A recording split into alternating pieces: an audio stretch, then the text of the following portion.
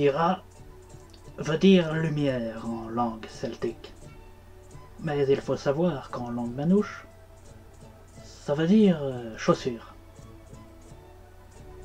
Voilà, c'était juste pour vous dire pourquoi Kira, ça m'a toujours fait marrer dans le manga.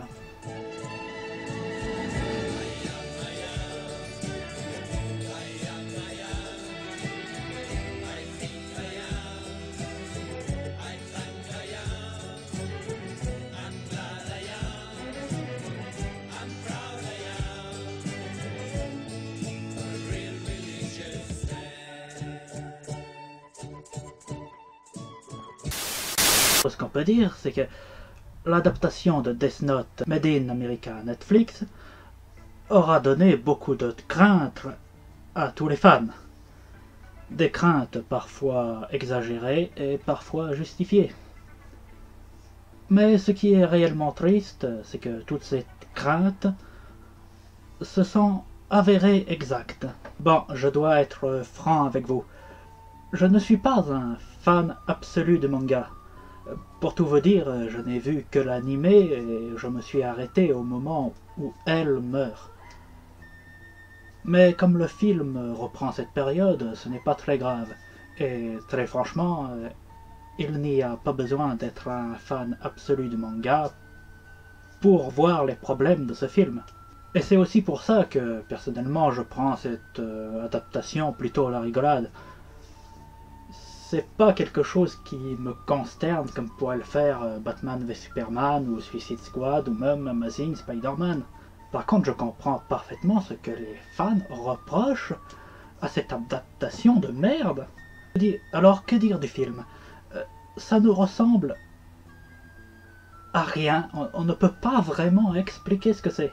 C'est une sorte de mash-up de plusieurs genres qui ne vont pas forcément ensemble.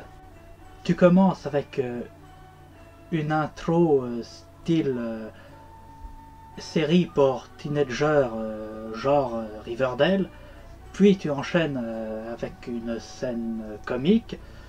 Par exemple, la première apparition de Ryo, c'est une putain de scène comique avec Light qui hurle comme une hystérique. Ensuite, tu enchaînes avec une scène gore à la Destination Finale, mais en mal fait. Ensuite, tu enchaînes sur le pseudo-thriller enquête, mais qui ne fonctionne pas du tout. Le tout avec une réalisation sans la moindre originalité et des choix de musique complètement incompréhensibles. Comme on pouvait s'y attendre, le seul point positif du film, c'est William Dafoe en Ryuk.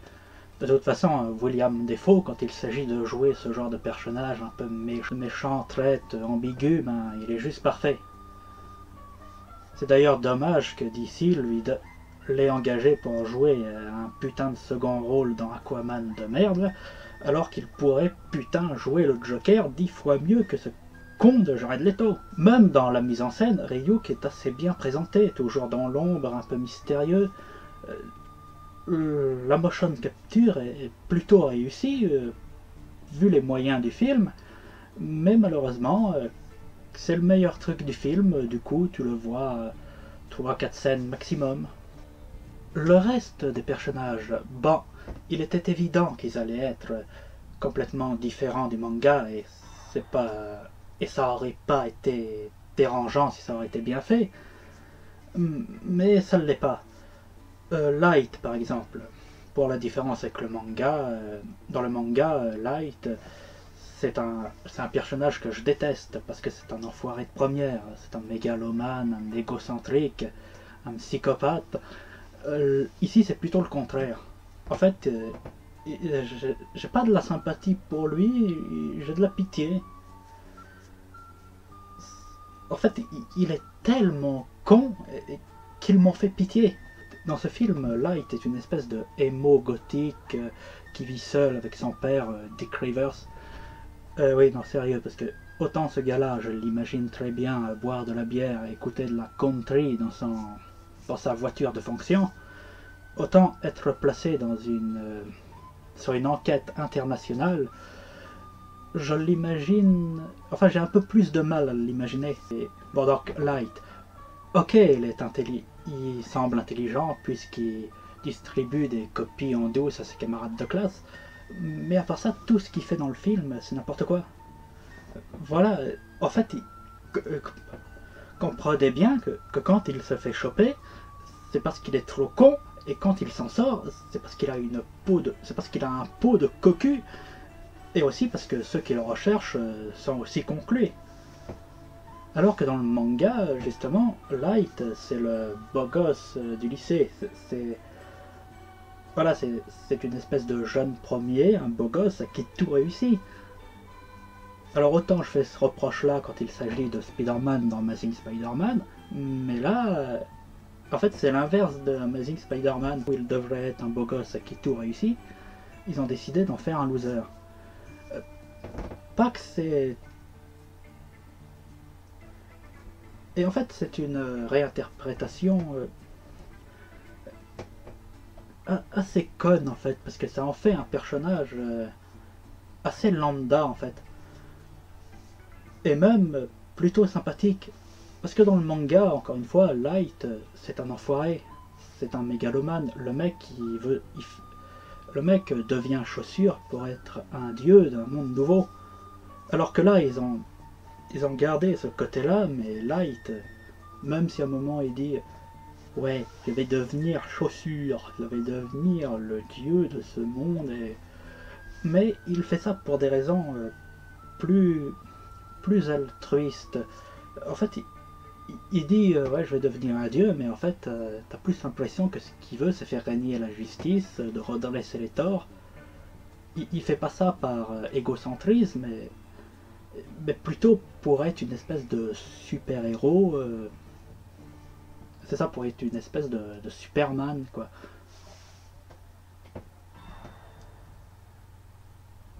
Et du coup on obtient un personnage qui est beaucoup moins intéressant.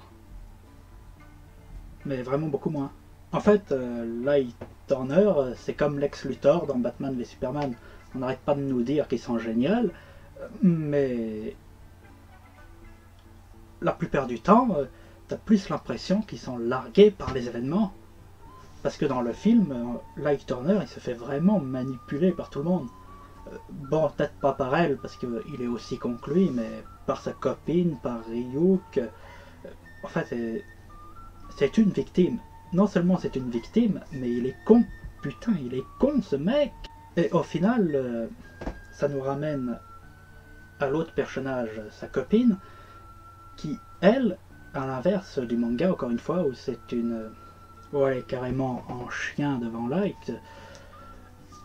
Ici, c'est l'inverse. En fait, c'est une espèce de connasse, de psychopathe, mais elle vraiment psychopathe par rapport à lui, qui veut à tout prix tuer des gens. Des fois même tu te dis attends, toi-même tu te dis non attends, c'est complètement con, t'as pas besoin de les tuer en fait. Elle qui pousse Light au vice dans le film.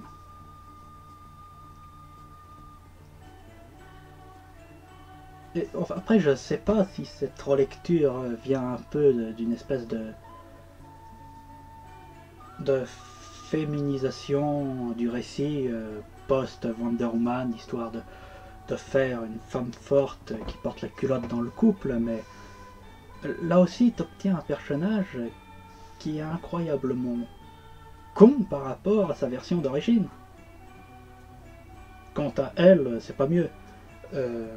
On nous dit sans arrêt que c'est le meilleur enquêteur de la planète, mais tu le vois jamais enquêter, alors du coup c'est juste un mec un peu excentrique, mais t'arrives pas à le prendre au sérieux quoi.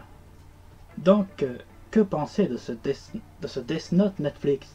Ben, comme prévu, c'est une déception.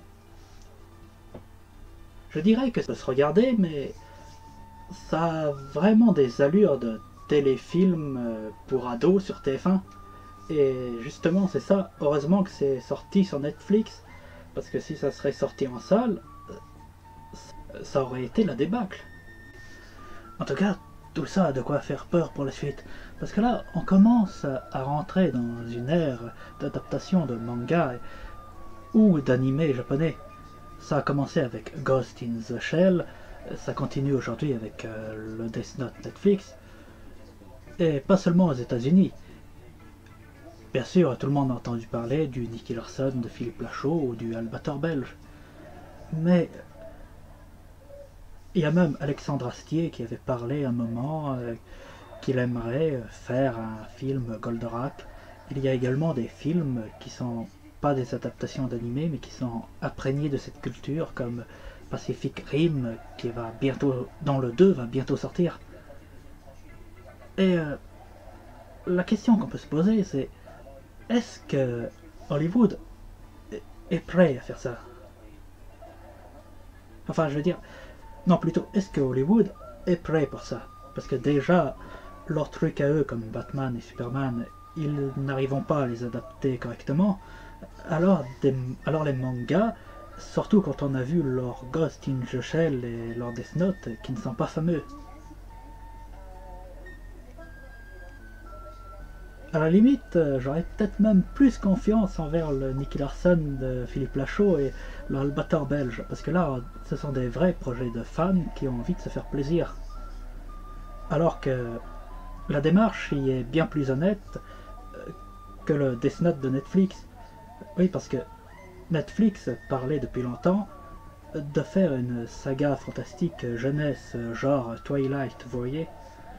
Seulement, ce qu'ils nous avaient pas dit, c'était qu'il comptait faire ça avec Death Note.